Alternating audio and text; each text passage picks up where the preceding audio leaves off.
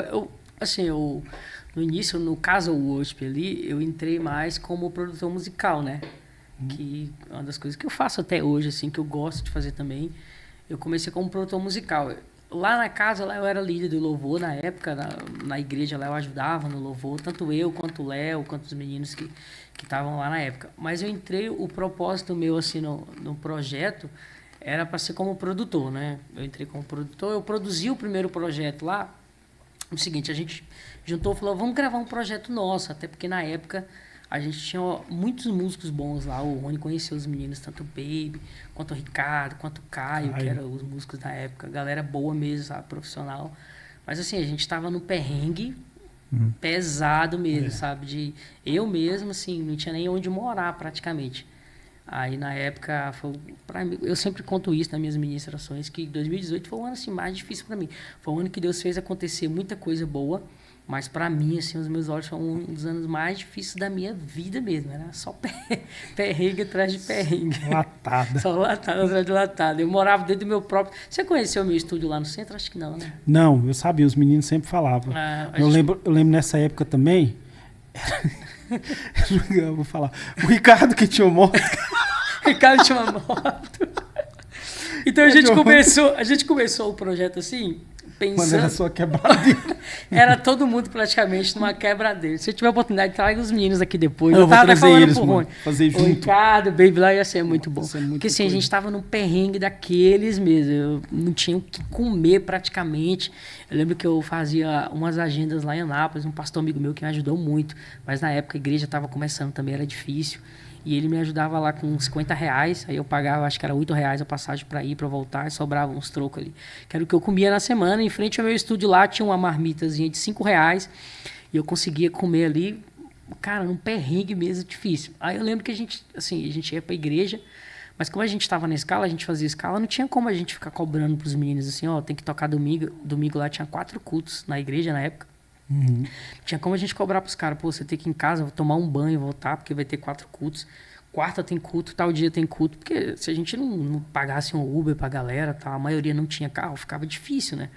E a gente tinha muitos músicos bons lá, que assim, a gente tava quase perdendo a galera pro sertanejo, porque eram músicos profissionais e é o trabalho dos caras, né? Se você não tem como dar uma ajuda ali, você não pode privar o cara de ir trabalhar. Então a gente fala, aí na época o Léo, que já tinha mais experiência assim com projeto, musicalmente também, falou, cara, a gente podia juntar e fazer um projeto pra gente arrecadar, tipo assim, uma grana para ajudar os meninos, para pagar, tipo assim, dar uma ajuda mensal pros meninos até conseguirem vir para cá, para pagar o Uber para eles terem o que comer. A gente tinha dia lá que, tipo assim, a gente ia para lá sem almoçar e não tinha condições de almoçar. Caraca. Do lado do Burger King lá, o cheirão de Burger King, a gente tinha que... E não tinha marmita de 5? Tinha que tocar 4 cultos lá. E se a gente voltasse para casa, não tinha como voltar pro culto depois, que não tinha da pesado, passagem, né?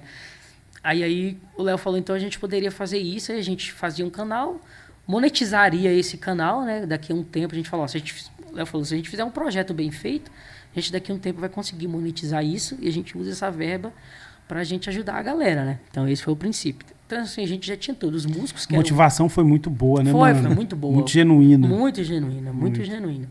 Então assim, a gente pensou, aí eu falei pra ele, não, pronto, a gente já tem tudo. A gente tem a galera que canta, a gente compõe e eu produzo, que eu já tinha produzido alguns projetos assim, eu tava não no início da minha carreira, assim, eu não tinha nenhuma produção assim, expressiva no mercado ainda, mas eu já tinha alguma experiência legal com produção musical. Eu falei, não, eu produzo, a gente consegue produzir, vamos colocar esse projeto em prática. E foi onde a gente sentou, não, então vamos compor primeiro, né? A gente compôs as músicas, até a história legal sobre as composições que a galera sempre pergunta, né? A gente sentou para compor, a gente marcava toda semana para estar compondo. E eu tentava ir nessas composições. É verdade, você oportunidade, eu tentei entrar nessas composições de tudo quanto é jeito de você pensar, Giovanni.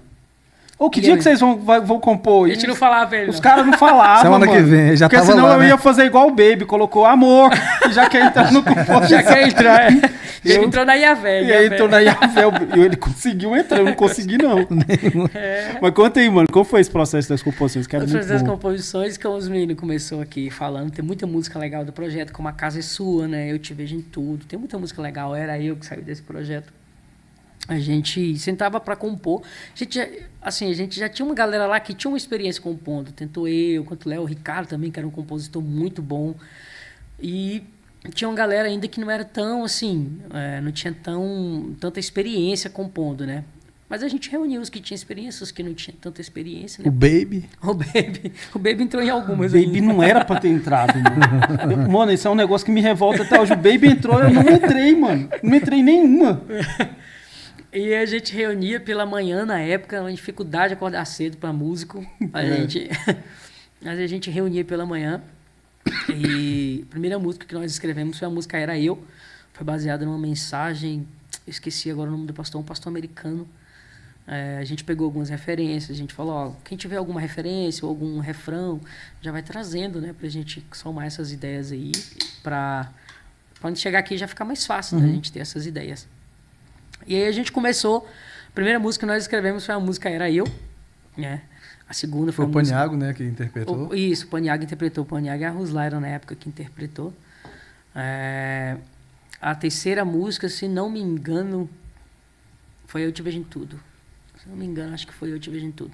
Mas no primeiro dia a gente escreveu a Era Eu e A Casa é Sua. A gente tentava... Pra mim era Eu, era a principal, mano. Mas num dia ali, velho. Num dia só. Só que a gente passava o dia inteiro lá, né? Passava o dia inteiro lá, a gente almoçava lá na época e ficava ali... Tipo, na época todo mundo era, assim, livre, né? Ninguém trabalhava fixo, então todo mundo ficava ali tranquilo. O dia inteiro a gente reunia só para fazer aquilo. E a gente escreveu num dia a Era Eu e A Casa é Sua. Aí eu lembro que ia ter culto, acho que era na quarta, eu não lembro se tinha culto lá na quarta, era quinta, você lembra? Era quinta. Na quinta, Isso. Aí nos outros dias a gente foi escrevendo e a gente falou, não, vamos cantar as nossas músicas já na quinta, pra gente já começar a ensinar a galera, pra gente ver a recepção da galera sobre essas músicas, como que vai ser, né?